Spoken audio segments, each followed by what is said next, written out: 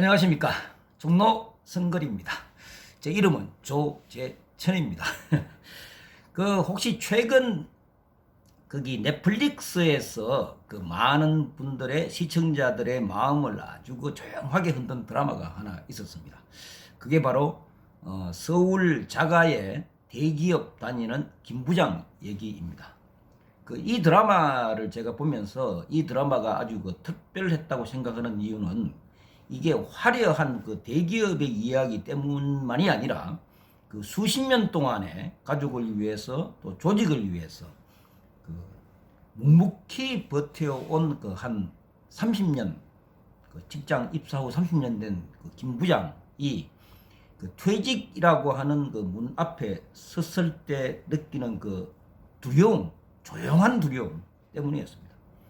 여기서 나오는 주인공 김 부장은 누구보다도 성실한 가장이었고 또 동료들에게 인정받는 관리자였습니다. 그런데 딱 한 가지 뭐냐면 자기 삶의 다음 페이지를 준비하지 못한 사람입니다. 자기 삶의 다음 페이지, 그러니까 퇴직이라고 하는 다음 페이지를 전혀 준비를 하지 못한 그런 김 부장이었습니다. 그래서 퇴직이 다가오자 누구에게도 말하지 못한 질문들이 가슴속에 쌓여가기 시작하게 됩니다. 나는 앞으로 어떻게 살아야 되지? 나는 가족에게 어떤 존재가 될까? 이제 내 이름으로 시작하는 삶이 과연 뭘까? 하는 이러한 질문들이 사실 보면 이게 꼭 김 부장만의 질문이 아닐 겁니다. 은퇴를 앞두고 있는 우리 모든 사람들의 아마 질문일 겁니다. 어쩌면은 지금 이 방송을 보고 계신 우리 모든 시청자들의 마음속에서도 있는 질문일지도 모릅니다. 이게 김 부장만이 아니라 그를 지켜보는 가족, 동료 다 마찬가지일 겁니다. 그래서 저는 오늘 김 부장처럼 흔들리지 않기 위해서 우리가 은퇴 전에 스스로 꼭 던져야 하는 12가지 질문을 제가 하나씩 나눠보려고 합니다. 제가 오늘 던지는 이 질문들은 답을 찾기 위한 게 아닙니다. 정답을 찾기 위한 게 아니고 우리의 마음속에서 아주 깊은 곳에 조용히 잠들어 있는 진짜 삶의 방향이 무엇인지 그것을 아마 깨우치는 열쇠가 되기를 바라는 마음입니다. 그러면 이제부터 제가 우리 이 시청자들의 저와 비슷한 아니면 저보다 어린 은퇴를 한 분들, 그리고 은퇴를 준비하고 있는 분들, 아니면 10년 뒤에 은퇴를 생각하고 있는 분들이 인생의 후반전을 어떻게 단단하게 만들 것이냐 하는 질문들을 12개를 한번 해보겠습니다. 그러면 첫 번째 질문부터 한번 해보겠습니다. 우리가 김 부장처럼 안 되려면 해야 되는 12가지 질문을 좀 시작하겠습니다. 첫 번째가 우리가 은퇴 후에 월 생활비는 어떻게 될까? 얼마가 적당할까에 대한 문제입니다. 은퇴 후에 생활비가 충분할지 걱정하는 경우가 가장 많습니다. 은퇴 전에 생활비의 70에서 80%가 적정 기준이다. 이렇게 이제 알려져 있긴 하지만 실제 필요한 금액은 개인에 따라서 굉장히 크게 달라집니다. 예를 들면 의료비, 병원에 가는 비용, 그리고 주거비, 아파트에서 관리비라든가 여러 가지 또 비용이 많이 들어가죠. 자녀 부양, 자녀를 앞으로 학비를 더 대야 되는가, 결혼을 시켜야 하는가, 이런 문제들. 이런 것까지 고려를 해야 되기 때문에 이게 사람마다 굉장히 다릅니다. 많은 분들은 보면 얼마가 적당할까라고 묻습니다. 그런데 하지만 제가 보기엔 더 중요한 질문이 있습니다. 그게 바로 나는 어떤 삶을 살고 싶은가에 대한 게 이제 저는 더 중요한 질문이라고 생각합니다. 얼마가 적당한가 이전에 나는 어떠한 삶을 살고 싶은가. 결국 생활비라고 하는 게 본인의 생활 방식에 따라서 달라지기 때문입니다. 바로 그러면은 이 시청자 여러분들은 은퇴 후에 어떠한 삶을 원하십니까? 절약할 거다, 여유 있게 살겠다, 여행을 다니면서 살겠다, 어떤 손주와 시간을 보내겠다, 이러한 여러 가지가 있을 겁니다. 제가 오늘 말씀드린 있을 텐데, 먼저 여러분 노트를 끄집어내 놓고 한번 적어 보십시오. 내가 원하는 은퇴 후의 생활 방식은 무엇이다? 내가 원하는 은퇴 후의 생활 방식은 관로다. 이걸 한번 정해 보시면 앞으로 내가 생활비가 얼마가 적당할까 하는 게 아마 어느 정도 추정이 될 것 같습니다. 그 두 번째는 이제 연금에 대한 문제입니다. 연금만으로 과연 생활이 가능할까? 연금이 집에 같은 연금이 되는 게 아닌가? 이런 생각입니다.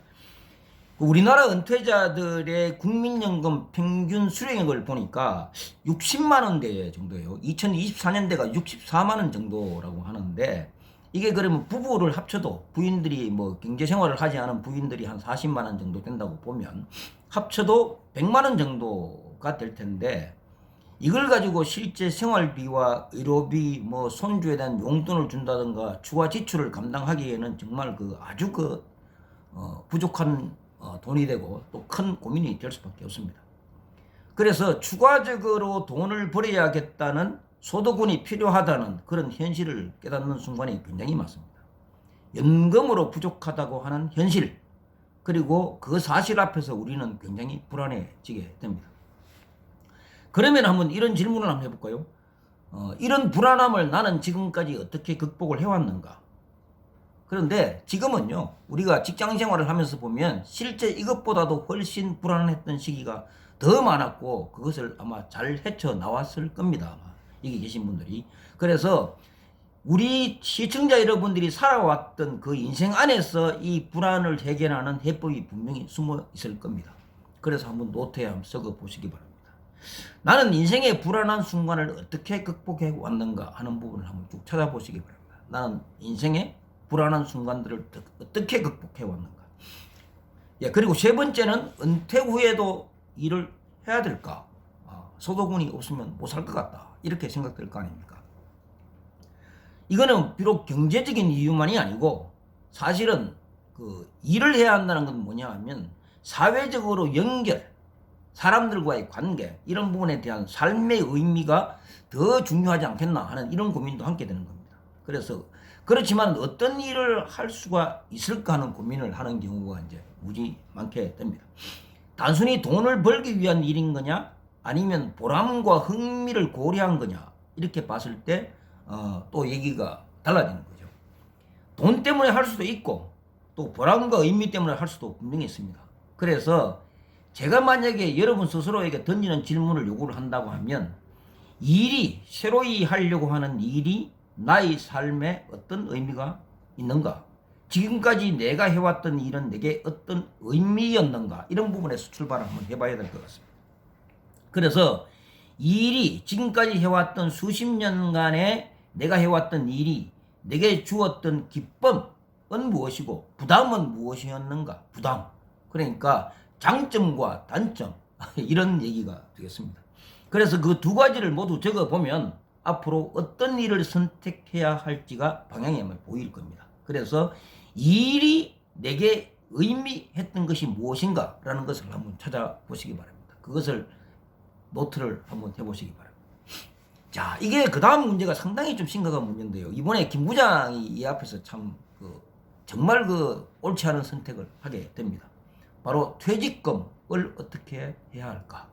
김 부장이 절친에게 이런 얘기를 듣습니다. 절대로 퇴직금은 손대지 마라 하는 얘기를 들었는데 불구하고 김 부장은 사기를 당하게 됩니다. 은퇴 후에 가장 큰 목돈이 바로 퇴직금입니다. 퇴직금. 여기서 김 부장은 5억 원 정도를 받았습니다. 5억 원 받았는데, 그런데 이 퇴직금을 가지고 많은 분들이 이 돈을 어떻게 관리해야 할까 아주 막막하게 됩니다.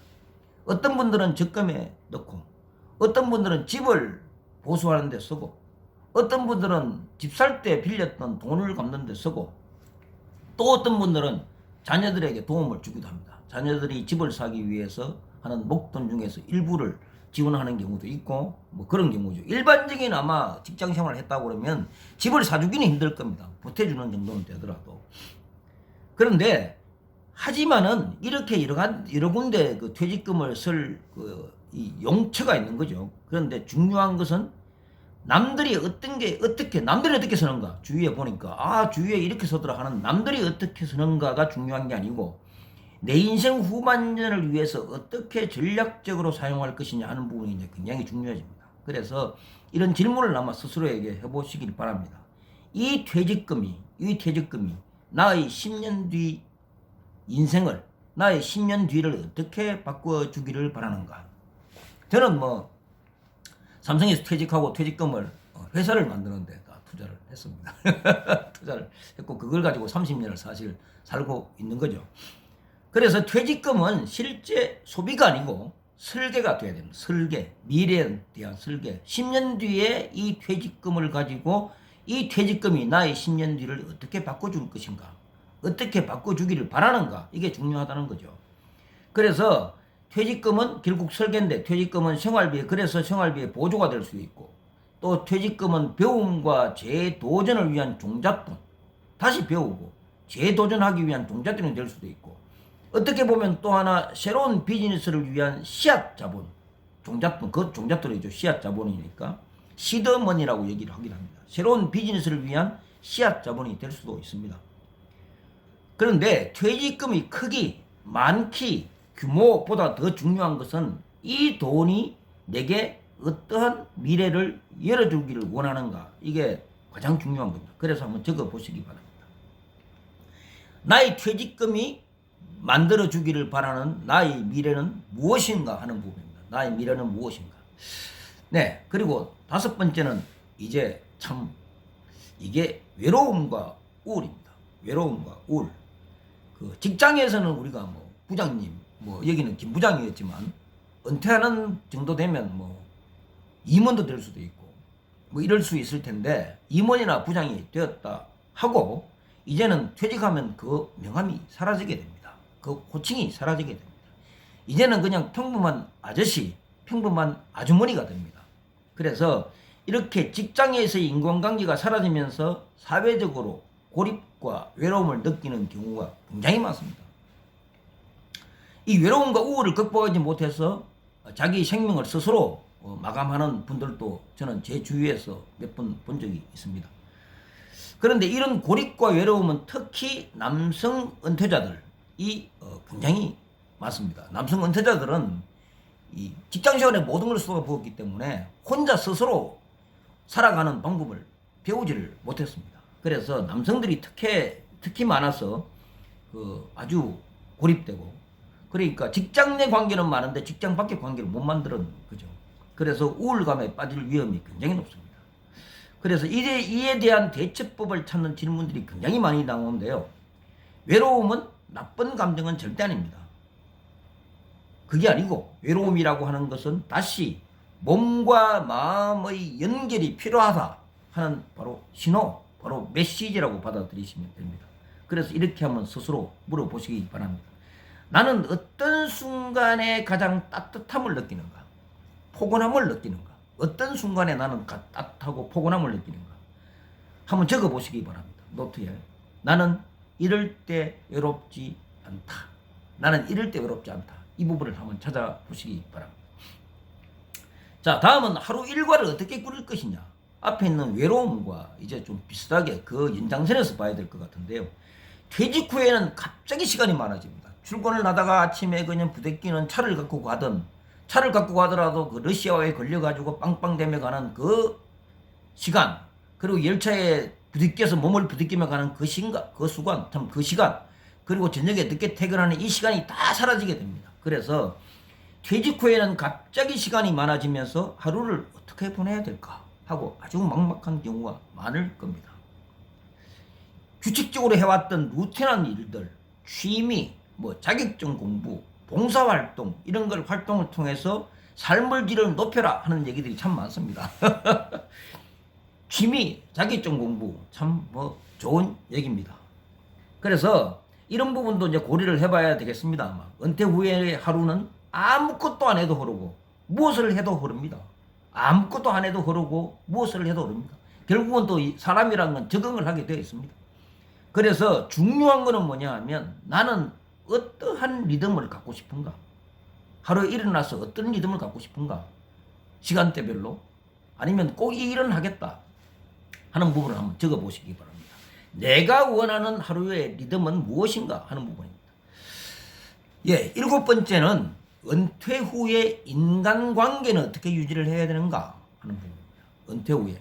은퇴 후에는 자연스럽게 직장 동료와의 관계는 완전히 줄어들게 되는 거죠. 완전히 줄어들게 되고 또 가족과 대화도 줄어들게 되고 그렇다고 많을 것 같죠? 아닙니다. 가족들은 이제 스스로가 사는 시간들을 다 갖고 있기 때문에 나와 놀아줄 시간이 사실은 없죠. 그래서 그 가족과 대화도 자연히 줄어들고 친구와 만남도 줄어들고 그래서 인간관계가 아주 느슨해지는 경우가 많습니다. 이에 대한 고민, 대처법에 대한 질문이 보면 참 많습니다. 유튜브에도 그렇고 뭐 각종 뭐 검색 포털에도 그렇고 당연히 우리의 인간관계는 줄어들기 마련입니다. 그 자체가 나쁜 건 절대 아닙니다. 그렇다면 이렇게 한번 생각해 볼까요? 지금 내 삶에서 꼭 남겨두고 싶은 관계는 누군가? 내 삶에서 꼭 남겨두고 싶은 관계는 누군가? 아마 이 질문 하나가 관계의 우선순위를 아마 결정하게 될 겁니다. 적어보시기 바랍니다. 내가 꼭 지키고 싶은 관계는 땡땡이다. 내가 꼭 지키고 싶은 관계는 땡땡이다 하는 부분을 써보시기 바랍니다. 여덟 번째입니다. 12개 중에 12개 질문 중에 여덟 번째는 은퇴 후에 건강관리는 어떻게 해야 할 것인가? 직장 다닐 때는요. 이 건강검진 그리고 운동이 일상입니다. 아침에 출근하고 뛰어가고 뭐 점심 먹고도 하면 회사 오피스 빌딩 주위를 한번 돌고 뭐 이런 게 많죠. 많은데 또 아침에 어떤 분들은 아침 일찍 일어나서 가서 헬스장도 갔다가 가고 이렇게 많아서 스스로를 관리를 잘했는데 이제는 은퇴 후에는 정말 스스로 관리를 해야 됩니다. 출근도 없습니다. 본인이 시간을 정해서 걷기, 뛰기, 운동하기, 뭐 등산하기 이런 부분을 앞으로 결정을 해야 됩니다. 특히 그 만성질환이 있는 사람들 또는 이제는 이걸 안 하면 만성질환에 걸리기가 쉽죠. 혈압, 고혈압, 당뇨. 그래서 이런 예방을 위한 꾸준한 운동 그리고 건강검진 예약 이게 아주 고민입니다. 실제 이제 내 건강관리를 어떻게 해야 되는가. 주위에 보니까 당뇨병도 많고 고혈압도 많고 뭐 저도 사실 고혈압 약을 먹고 있습니다. 먹은 지 꽤 오래됐습니다. 다행히 당뇨는 없지만 그래서 건강은 알고 있는 것보다는 습관입니다. 건강한 지식. 이렇게 하면 건강해져. 이걸 먹으면 돼. 이런 게 아니고 이렇게 뭐 하루 30분 운동하면 돼. 뭘 하면 돼. 이게 아니고 정말 그거는 건강은 바로 습관입니다. 습관. 그렇다면 한번 이렇게 한번 스스로 물어보시기 바랍니다. 나는 내 몸이 보내는 신호를 지금 어떻게 느끼고 있는가? 내 몸이 보내는 신호. 그래서 지금의 몸 상태를 솔직하게 써보면 건강계획의 첫 페이지가 될 겁니다. 한번 적어보시기 바랍니다. 나는 요즘 내 몸이 내게 이렇게 말하는 것 같다 라고 한번 적어보시기 바랍니다. 아홉 번째는 뭐 앞에도 잠시 언급됐지만 은퇴 후에 어떤 직업을 선택해야 할까? 앞에 일을 해야 될까 말까는 얘기를 했었습니다. 이제는 그러면 만약에 일을 해야 된다면 어떤 직업을 선택해야 될까 하는 부분입니다. 그런데 이걸 하기 전에 과연 나도 은퇴 후에도 일을 하고 싶은 건지 아니면 돈 때문에 억지로 해야 되는 건지를 한번 생각해 봐야 되죠. 만약에 일을 하고 싶다고 그러면 어떤 일을 내가 할 수 있을지를 고민해 봐야 될 겁니다. 그러면 가장 먼저 중요한 게 체력. 내가 과연 체력적으로 버틸 수 있는가? 그리고 내 그 일을 흥미를 갖고 있는가? 흥미 없이 억지로 할 수가 없는 거죠. 그리고 지속적으로 할 수 있는가? 내가 그리고 사회적으로 보람을 느낄 수 있는가? 하는 이런 부분 4개. 체력이 되는가? 내가 흥미를 가지고 있는가? 지속적으로 할 수 있는가? 보람이 있는가? 이거를 고려를 해서 선택을 하시기 바랍니다. 앞으로 직업 선택이라고 하는 것은 경제적 이유라고 얘기도 하실 수가 있겠지만 실질적으로는 경제적인 이유보다도 훨씬 지속 가능성이 핵심입니다. 아무리 경제적 이유가 있다 하더라도 내가 오랫동안 할 수 없다고 그러면은 그 직업을 유지를 할 수가 없는 거죠.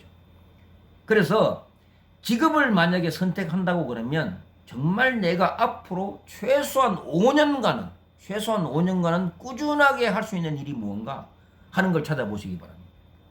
그래서 내가 꾸준하게 할 수 있는 일이 뭔가 하는 것을 찾아서 한번 적어보시기 바랍니다. 10번째는 자격증에 대한 얘기인데요. 은퇴 후에 어떤 자격증을 준비할까? 참 그 은퇴 후에 자격을 따서 주위에 보면 뭐 우리 미장, 뭐 도배, 요리, 뭐 조리 이렇게 해서 죄취업하는 경우 참 많죠. 뭐 전기 기술, 냉동 기술 제 주위에도 보면 많은데 은퇴 후에도 어떠한 새로운 자격증을 따가지고 취업이나 또는 창업을 준비 이렇게 하는 경우가 참 많습니다. 사회복지사 자격을 딴다든가, 뭐 요양보호사를 딴다든가, 요즘 뭐 아주 뭐 냉기가 팍팍 도는 시장이지만 한때 인기가 많았던 공인중개사를 딴다든가, 제과, 제빵 기능사 해서 뭐 다양한 자격증이 아주 추천이 되고 있습니다. 인테리어 관련. 저도 실내 인테리어 그러니까 실내 건축 산업기사 자격인데 불구하고 성공지는 못하고 있는 거죠. 그래서 이런 자격증의 준비는 결국 제2의 인생의 삶의 방향을 정하는 아주 중요한 일이 되기도 합니다. 이게 질문을 하나 던져보겠습니다. 이 자격증이 어떤 자격증이 아니라 나는 자격증이 아닌 어떤 배움을 가장 즐기는가 하는 게 아마 중요할 겁니다. 어떤 배움을 가장 즐기는가. 그래서 한번 적어보시기 바랍니다. 내가 배울 때 가장 즐거운 분야는 이것이다. 배울 때 가장 즐거운 분야는 이것이다. 저는 뭐 배울 때 가장 즐거운 분야는 뭐 색소폰, 목공 이런 것인데 실제 돈으로는 연기를 못 시키고 있습니다. 취미로 하다 보니까. 물론 뭐 제가 지금 색소폰을 가르칠 수 있는 수준이 된다고 그러면 돈이 되겠지만 아직도 불행히도 그 정도 수준은 안 됩니다. 11번째는 정부 지원 제도를 어떻게 활용할 건가. 정부 지원 제도가 참 많습니다. 또 시민을 위해서. 은퇴 후에 보면 정부나 또는 지자체에서 제공하는 다양한 지원 제도가 많습니다. 제가 뭐 가장 영향을 많이 받았던 50플러스 센터, 서울시에 있는, 그리고 중장년 내일 센터도 있다고 하네요. 또 국민 내일 배움 카드, 국민 내일 배움 카드 이게 있습니다. 그래서 이걸 정부 지원 제도를 어떻게 활용을 잘 할 수 있을지 고민을 한번 해보시기 바랍니다. 이런 걸 찾아서. 그런데 이런 수많은 제도가 있지만은 모두가 내게 그게 맞는 건 꼭 아닙니다. 그래서 더 중요한 질문이 뭐냐 하면 나는 지금 어떠한 지원이 있으면 삶이 더 윤택하고 가벼워질 것인가, 이런 부분이 중요하겠죠. 내게 필요한 지원이 무엇인가 한번 찾아보시기 바랍니다. 지금 내게 필요한 지원이 무엇인가 하는 부분을 찾아서 적어보시기 바랍니다. 이게 마지막 제가 12번째에 대한 질문입니다. 질문. 이건 오늘 하는 질문은 제가 하는 게 아니고 제가 주위에 보니까 은퇴자들이 이런 질문을 가장 많이 하더라 하는 거 12개를 제가 뽑은 겁니다. 은퇴 후에 보면 주거와 생활 환경을 어떻게 할 것인가. 주거. 은퇴 후에 주거지와 생활 환경을 바꾸는 게 중요하다, 필요하다 하는 얘기를 하는 사람이 참 많습니다. 도심에서 계속 살 것이냐, 내가 돈을 좀 줄이기 위해서는 수도권으로 옮길 것이냐, 아니면 전원 생활을 할 거냐, 아니면 귀촌을 할 거냐, 이런 질문을 굉장히 스스로 많이 하고 고민을 많이 하는 경우를 저도 봤습니다. 저도 뭐 그런 생각을 좀 했습니다. 어디 가서 살면 더 좋아질까, 이런 생각을 했는데 경제적 여유, 시간적 여유, 마음적 여유, 이런 걸 이제 정신적 여유를 고려한 거죠. 도심, 그래서 교회, 뭐 전원 하는데 이거 정답은 정말 없습니다. 사람마다 다 다릅니다. 그런데 정답이 하나 있긴 한 것 같습니다. 바로 뭐냐 하면 내가 가장 평화로운 것이 어딘가. 저는 그래서 보니까 제가 살고 있는 것이 서울의 중심이기도 하고 또 지하철도 많이 왔다 갔다 하고 사람 만나기도 쉽고, 그래서 저는 현재 제가 살고 있는 곳이 가장 편하다는 결론을 냈습니다. 가장 편하다는 결론을 냈습니다. 그렇다 하더라도 시청자 여러분들은 생각이 다를 수 있기 때문에 한번 적어보시기 바랍니다. 내가 가장 편안함을 느끼는 공간이 어딘가 하는 부분을 한번 찾아보시기 바랍니다. 오늘 제가 여러분들께 드린 이 질문들 보면 제가 정답을 드리지는 않았습니다. 하지만 우리 시청자 여러분들의 마음속에는 아마 12개의 얘기를 들으면서 여러분들만의 정답이 아마 조금씩 이렇게 떠올랐을 것 같습니다. 아니면 이 방송을 마치고도 한번 적어보시면 될 것 같습니다. 오늘 여러분들이 적으신, 제가 12개에 대해서 한번 적어보시라고 그랬는데, 이걸 적으신 문장들, 그 답들이 보면 그냥 아마 메모가 아닐 겁니다. 아니고 바로 여러분들의 인생 후반전을 시작하는 바로 첫 페이지가 될 수가 있습니다. 은퇴라고 하는 것은 멈추는 게 아닙니다. 우리가 늙었다 하는 것은 바로 뭐냐 하면 나이가 든 게 아니라 바로 멈췄다는 겁니다. 멈췄다는 거. 나이가 들었다는 것은 늙었다는 게 아니라 바로 멈췄다는 거. 그래서 은퇴라고 하는 것은 절대 멈추는 게 아니고 또 다른 새로운 인생의 시작입니다. 새로운 인생의 시작입니다. 그 시작을 우리 시청자 여러분들, 은퇴를 앞둔 분들, 은퇴를 한 분들, 이 스스로의 언어, 스스로의 정답으로 이 한번 서 내려가시기 바랍니다.